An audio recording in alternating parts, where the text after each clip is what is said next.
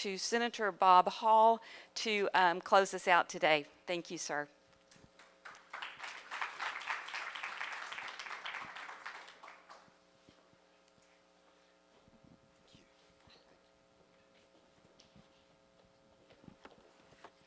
Well, thank you, Jill.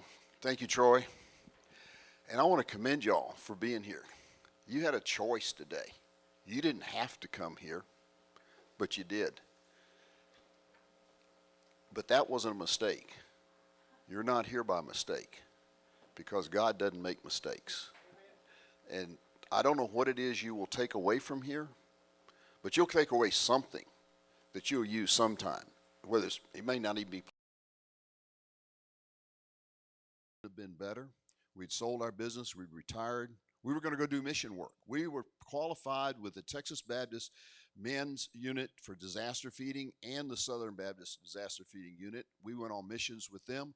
I'm a pilot, I have an airplane, and I volunteered with Angel Flight. If you know what that is, it's where pilots with airplanes fly people who cannot afford to or should not be in a commercial airline.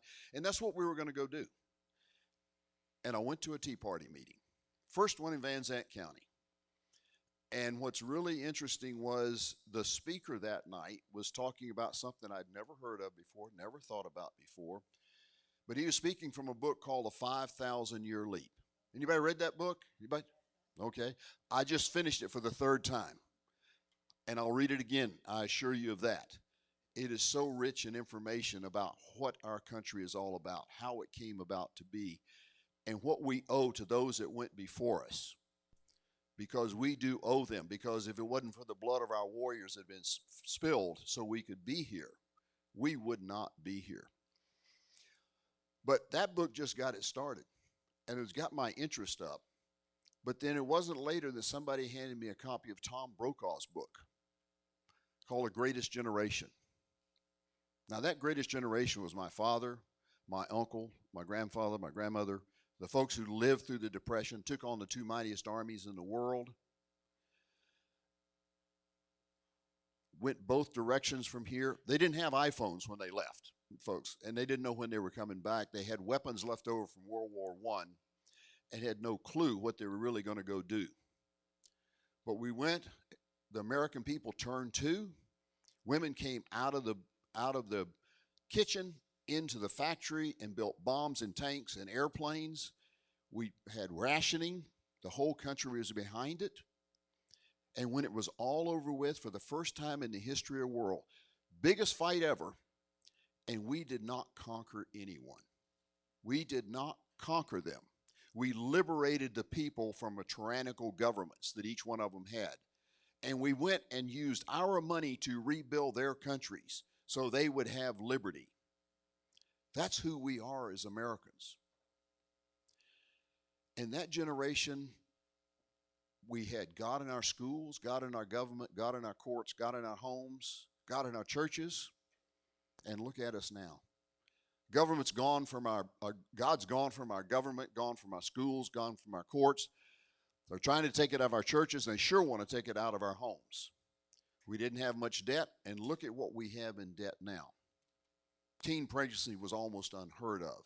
It's an epidemic these days. Drug use didn't exist, and it's an epidemic this day. Folks, my generation is about to be remembered, and I see some of you sitting here that are of my generation, as the first generations of America to leave the country worse than we inherited it. And that's when I decided I'm not going to do this. God had blessed me beyond anything I ever deserved. In fact, I've said if I knew I was going to live this longer, I'd have behaved myself more when I was younger. But it is what it is. And so got busy in the Tea Party and started working to get people elected. After a period in which we did a lot of protesting on the issues.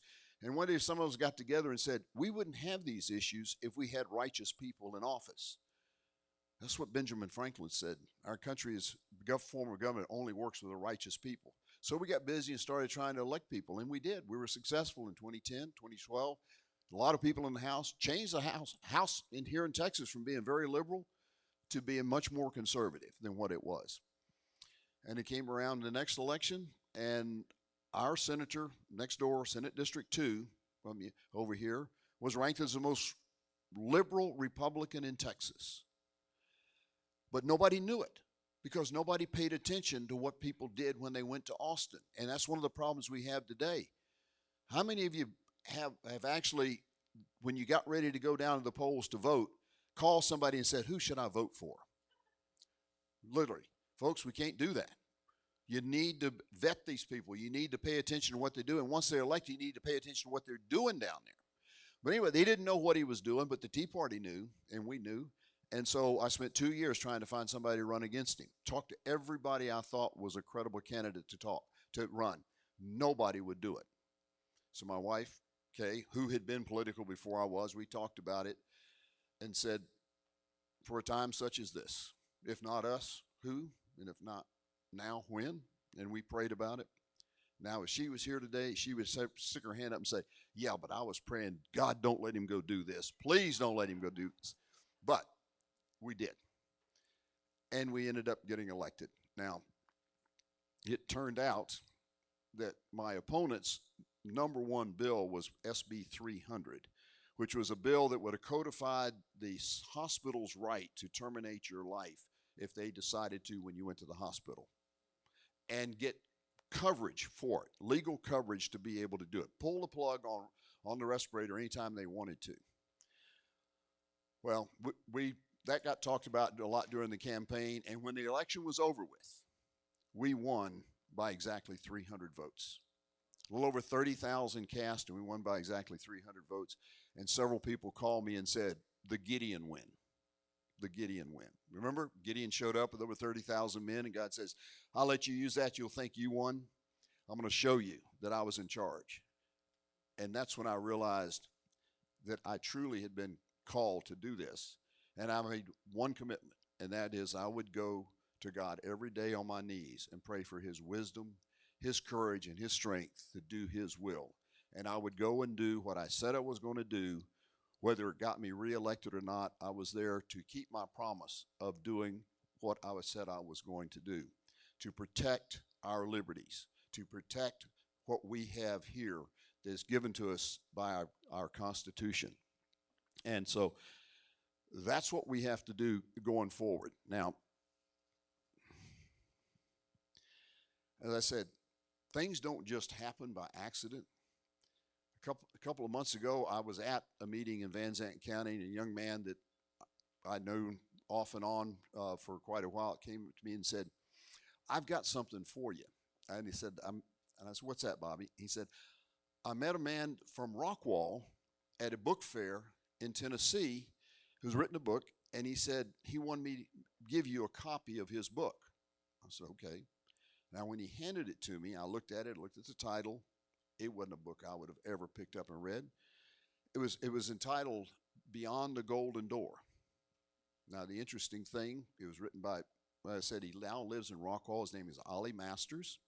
He was born a Pakistani Muslim, adopted by a wealthy family, sent to Texas to go to school, went to school in Texas here, real playboy, had a good time initially, and then he met a Christian woman, and his life changed. He accepted Jesus Christ as his Savior, went on to have a very successful business and a family. But in his book, I was compelled to read it just because the circumstance of it being given to me. I didn't realize this till I'd read it. But in it, he had one of the most profound statements I had ever read anywhere that just resonated with me. And that's when he said, Americans do not appreciate liberty because they've never been without it. Think about that, folks. Never been without it. We don't appreciate what it is. And it's being, as Louis Gomer said, it is slowly being drained away from us. We are the frogs in the water, and it's starting to boil. And our liberties are disappearing, coming and going. And we've got generations behind us that set us up for what we have here today to enjoy. You can go all the way back to the founding of America was for the liberty of religion, for what they wanted to worship. The Pilgrims that came over here that on the Mayflower in their compact. 3 times they talk about God in there and being here to worship God. And then 150 something years later, in the Declaration of Independence, made it very clear what they were here for. It said, we hold these truths to be self-evident, that all men are created equal, that they are endowed by their Creator with the certain and able rights, that are among these are life, liberty, and the pursuit of happiness. That's what they were giving us. That's what they were putting together. And at the end of it, they wrap it up by saying, and for the support of this declaration, with a firm reliance on the protection of divine providence, we mutually pledge to each other our lives, our fortunes, and our sacred honor. And folks, they paid the price. And we have people today that won't even give up a round of golf, a game of tennis, or a card game to show up to a meeting to learn what they need to know to keep us on track with protecting our liberties. And we're going to lose them if we don't. But it didn't stop there. Went on a few years later, when we got the Constitution, it says, we the people, not us the leaders, not those people in charge, but we the people of the United States, in order to form a more perfect union, ensure domestic tranquility, provide for the common defense, promote the general welfare, and secure the blessings of liberty to ourselves and our posterity, those who are going to come after us. Do ordain and establish the Constitution of the United States of America. Folks, they were pledging it all. We the people, that means we are all part of the government. It's not just the people you put in office.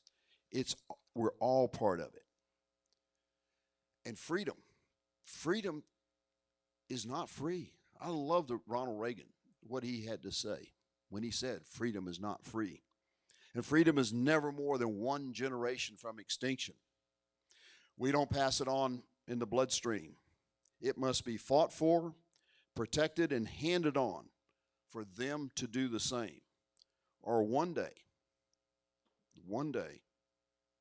we will spend our sunset years telling our children and our grandchildren what it was like to live in the land of the free. Because if we lose freedom here in Texas, where are we going to go? And we have bills down there right now that are designed to strip us of a significant amount of our freedom right here in Texas, not to mention what's going on in Washington. But where do we go? California? Michigan? Cuba? No. But this is Texas. And 185 years ago, the Texans at San Jacinto, they had lost battle after battle after battle. And they awoke one morning, April 21st, in 1836, where they camped. They camped with a river to their right and a swamp behind them and to their left. And the Mexican army, twice their size, coming right at them, and had stopped just short and decided, well, it was the middle of the day, they need to take a siesta. They had nowhere to go. And so what did they do? They did like my good friend Alan West said when he was running for Congress the first time down in Florida. It's time to fix bayonets. And when you fix bayonets, folks, it's time for the fighting to get real up close and personal. But they fixed bayonets and charged the enemy, and in 17 minutes, Texas was an independent nation. They killed or captured every one of the Mexican soldiers. And they did it because they didn't quit. They had lost battle after battle after battle, but they did not quit. They stuck with it. Now, I don't know if you understand, we are in a fight. We are in a fight for our liberty, for our country, and for the principles on which it was founded. And I don't know what you plan to do, but I plan to stay in this fight. I stand to stay in this fight to protect those principles of liberty. If I get knocked down, I'll get up again. If I get knocked down 10 times, I'm going to get up again. But I'm going to fight to protect what we have for our children and our grandchildren. I will not back up, back down, backslide, compromise, cave, collapse. I will fight with every fiber in my body till the last warm breath leaves my cold, stiff body.